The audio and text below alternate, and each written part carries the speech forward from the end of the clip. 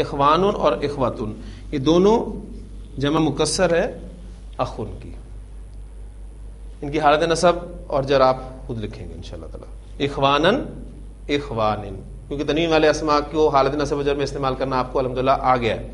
اخوتن اخوتن قرآن مجید میں کہاں استعمال ہوئی ہیں؟ کنسٹرکشن آپ کو میں نے جو ایکسرسائز دی تھی اس میں وہ ایگزامپلز موجود ہیں. ایک قرآن مجید میں استعمال ہوئی ہے کنسٹرکشن سورہ قاف میں، لوط علیہ السلام کے بھائی.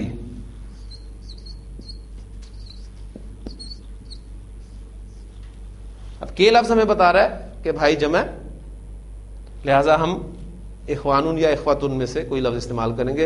اب چونکہ ہمارا ٹارگٹ، ہمارا سکوپ قرآن مجید ہے، لہذا وہاں پر اخوانون کا ورڈ استعمال ہوا ہے. اخوانون جب مضاف کے طور پہ استعمال ہوگا تو الف لام کے بغیر اور ہلکے اعراب کے ساتھ تو شکل کچھ یوں ہوگی، اخوانو لوتن. سورہ قاف میں الفاظ ہے جہاں قوموں کا ذکر ہے کہ اس قوم نے بھی جھٹلایا، اس قوم نے بھی جھٹلایا، اس قوم نے بھی جھٹلایا، وہاں پر ہے اخوانو لوتن. پھر سورہ یوسف میں الفاظ ہے کہ حضرت یوسف علیہ السلام کے بھائی آئے.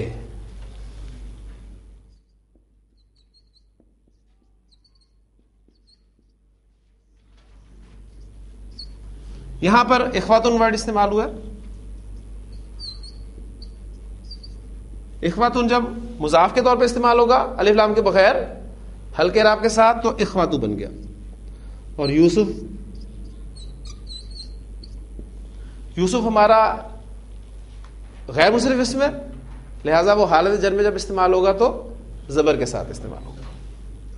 اخواتو یوسفا وجاء اخواتو یوسفا، اور یوسف علیہ السلام کے بھائی آئے تو انہوں نے انہیں پہچان لیا. حضرت یوسف نے تو انہیں پہچان لیا لیکن وہ حضرت یوسف علیہ السلام کو نہ پہچان سکے. تو وہاں پر جو ترکیب استعمال ہوئی ہے وہ یہ استعمال ہوئی ہے.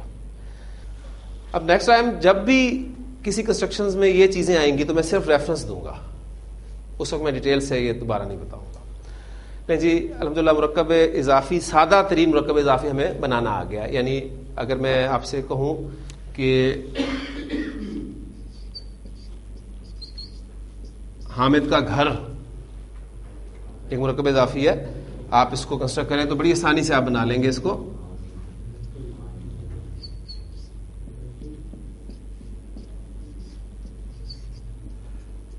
بیت حامدن، حامد کا گھر. اور اگر میں آپ سے کہوں کہ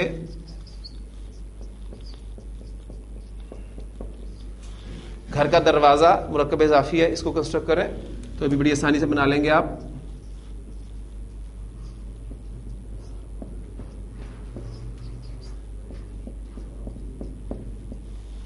باب البیتی،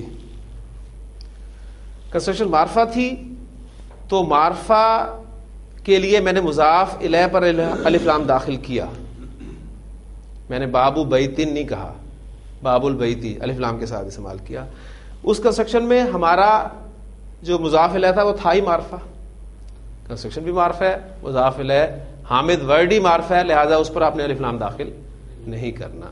بیت حامدن اور باب البیتی، یہ سادہ کنسٹرکشن آپ کو الحمدللہ بنانی آ گئی ہیں. اب ہم ایک پیچیدہ کنسٹرکشن جو ہے مرکب اضافی اس کی طرف چلے.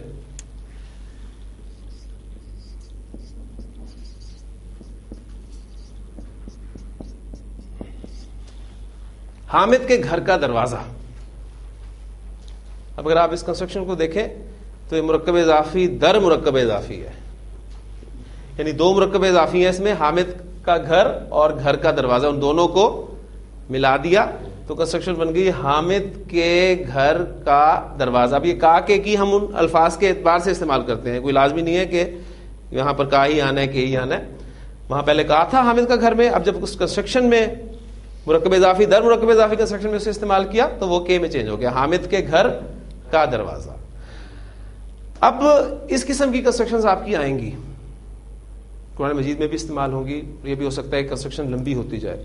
حامد کے گھر کے دروازے کا رنگ، ٹھیک، اور پھر مزید بھی آگے جا سکتی ہے، لیکن اس سے زیادہ ہم آگے نہیں جائیں گے. زیادہ سے زیادہ یہاں پر آپ کو 4 اسما ملیں گے, اس سے زیادہ ہم نہیں چلیں گے. حامد کے گھر کا دروازہ.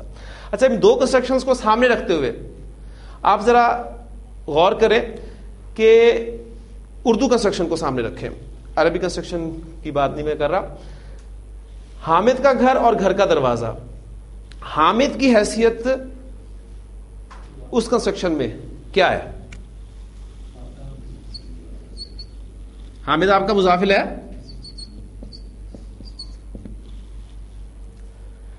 اس کے بعد گھر کی حیثیت کس کی ہے؟ مضاف کی. دوسری کنسٹرکشن میں آئے, آپ کے پاس جو گھر ہے اسم, اس کی حیثیت کیا ہے؟ مضاف الیہ کی. اور دروازہ جو ہے اس کی حیثیت کیا ہے؟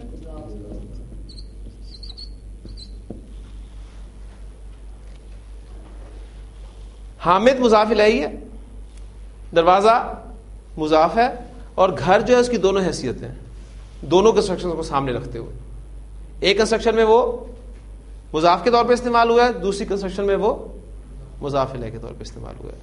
تو اس قسم کی پیچیدہ کنسٹرکشن بنانے کا بہت آسان فارمولہ استاد محترم لطف الرحمان خان صاحب نے بتایا تھا, وہی آپ کے سامنے میں رکھ دیتا ہوں. اس میں آپ بغیر کسی پریشانی کے کہ آپ ایک کنسٹرکشن کا پہلے ترجمہ کریں, پھر دوسری کا کریں, پھر اس میں سے کامن نکالیں اور یہ ساری باتیں کریں, آپ کنسٹرکشن لکھنے کے بعد 3 تیر چلانے ہیں آپ نے بس. اب ایک تیر کا اضافہ ہو جائے گا. ایک تو بالکل اسی طرح جو آپ کے سرے والے اسما ہیں, ایک تیر جو ہے وہ درمیان میں چل جائے گا. اب دیکھیں آپ کا دروازہ کیا ہے؟ مضاف. یہ آپ کو مضاف کی جگہ پر آ جائے گا. آپ کا حامد کیا ہے؟ مضاف الیہ. آپ کا گھر کیا ہے؟ مضاف الیہ بھی ہے اور مضاف بھی ہے.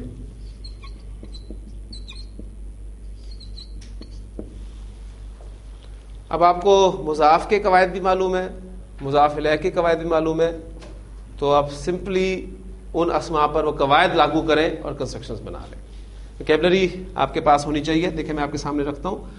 دروازے کے لیے بابن کا ورڈ ہوتا ہے ہمارے پاس, گھر کے لیے بیتن, اور حامد کے لیے حامدن. یہ آپ کا مضاف ہے. مضاف کے لیے جو 2 شرائط ہیں, الف لام کے بغیر اور ہلکے راب کے ساتھ, تو اس کی شکل کیا بنے گی؟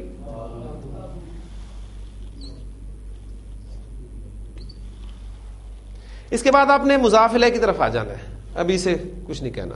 مضاف الیہ کے لیے ایک ہی شرط ہے, حالت جر میں ہوتا ہے, تو حامدن کی حالت جر کیا ہوگی؟ حامدن. اب جو آپ کا اسم بیتن ہے,